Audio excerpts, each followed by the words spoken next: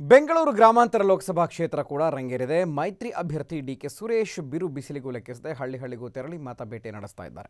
ಲೋಕಸಭಾ ಕ್ಷೇತ್ರದ ಪ್ರತಿ ಗ್ರಾಮಕ್ಕೂ ತೆರಳಿ ಅಬ್ಬರದ ಪ್ರಚಾರ ನಡೆಸಿದರು. ಇತ್ತ ಜೆಡಿಎಸ್ ಮುಖಂಡರಿಂದಲೂ ಉತ್ತಮ ಸಾಥ್ ದೊರಕಿದ್ದು ಡಿಕೆ ಸುರೇಶ್ಗೆ ಆನೆ ಬಲ ಸಿಕ್ಕಂತಾಗಿದೆ. ಈ ಕುರಿತು ಒಂದು ವರದಿ ಇಲ್ಲಿದೆ ನೋಡಿ.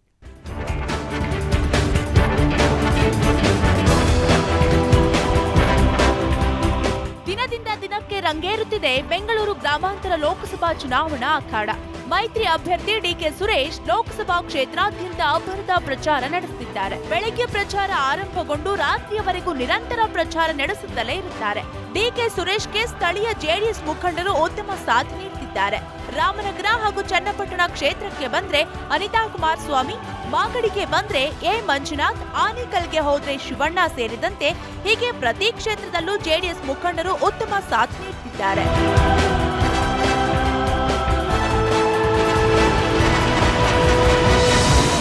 ಜಾತ್ಯತೀತ ಶಕ್ತಿಗಳು ಈಗ ಒಂದಾಗಬೇಕು. ಕೋಮುವಾದಿ ಬಿಜೆಪಿ ಪಕ್ಷ ಅಧಿಕಾರ ದೂರ ಇರಬೇಕೆಂಬುದೇ ನಮ್ಮ ಉದ್ದೇಶದಿಂದಲೇ ಈ ಮಹಾಮೈತ್ರಿ ಮಾಡಿಕೊಳ್ಳಲಾಗಿದೆ ಅಂತ ಡಿಕೆ ಸುರೇಶ್ ಹೇಳುತ್ತಾರೆ.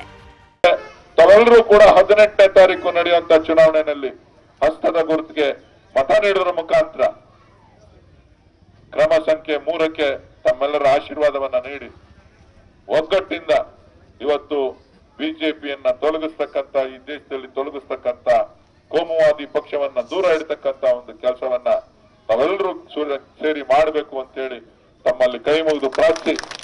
ಒಟ್ಟಾರೆ ಗ್ರಾಮಾಂತರ ಕ್ಷೇತ್ರದಲ್ಲಿ ಮೈತ್ರಿ ಅಭ್ಯರ್ಥಿ ಡಿಕೆ ಸುರೇಶ್ಗೆ ಉತ್ತಮ ರೆಸ್ಪಾನ್ಸ್ ಸಿಕ್ಕಿದೆ. ಜೆಡಿಎಸ್ ಹಾಗೂ ಕಾಂಗ್ರೆಸ್ ಮುಖಂಡರು ಭಿನ್ನಮತ ಬಿಟ್ಟು ಗ್ರಾಮೀಣ ಪ್ರದೇಶಗಳಲ್ಲಿ ಡಿಕೆ ಸುರೇಶ್ ಪರ ಮತಯಾಚನೆ ನಡೆಸುತ್ತಿರುವುದು ಮಾತ್ರ ವಿಶೇಷ. ಕ್ಯಾಮರಾ ಪರ್ಸನ್ ಚೇತನ್ ಜೊತೆ ನಟರಾಜ್ ಬೆಳಕವಾಡಿ, ಟಿವಿ5 ರಾಮನಗರ.